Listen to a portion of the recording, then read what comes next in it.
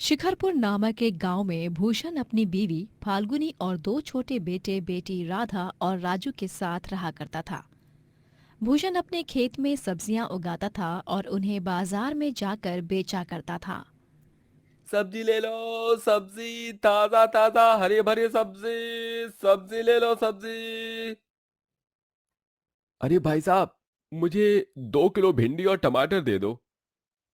अरे भूषण भाई, तुम्हारे खेत की सब्जियां पूरे बाजार में सबसे फ्रेश और स्वादिष्ट होती हैं। मुझे 3 किलो प्याज और 2 बड़ी जोड़ी मेथी देना।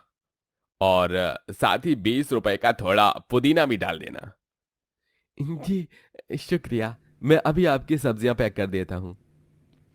भूषण अपने खेत में सब्जियों को बहुत ही प्यार और स्नेह से उगाता। गर्मी का मौसम आ चुका था। तपती धूप में भूषण सब्जियां बेचता। उसकी बीवी उसे रोज जाते समय ठंडा ठंडा नींबू पानी बना कर देती।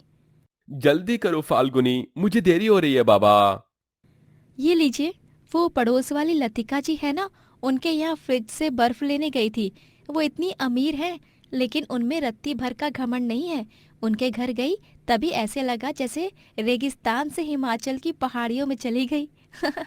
क्योंकि उनके घर में तो हर तरफ एसी लगी हुई थी।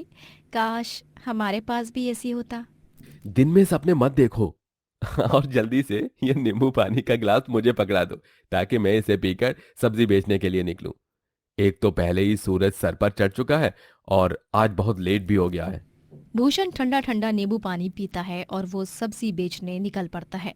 लेकिन जैसे ही वो घर के बाहर कदम रखता है, अचानक से जमीन में क्रैक्स होने लगते हैं और एक खतरनाक भूकंप आ जाता है जो पूरा गांव तबाह करके रख देता है। आधा गांव उस भयानक भूकंप में खत्म हो जाता है। भूषण, फाल्गुनी और राधा, राजू चारों सही सलामत बच जाते हैं। लेकिन उनका सब कुछ बर्बाद हो चुका था। अब वो सड़क पर आ चुके थे।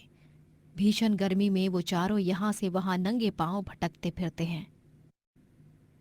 माँ, पापा, मेरे पाँव बहुत जल रहे हैं। और मेरे भी माँ पापा। राधा बिटिया, तू मेरे पास आ। राजू बेटा आओ।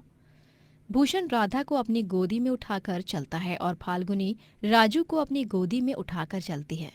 दोनों मियाँ बीवी के पैरों पर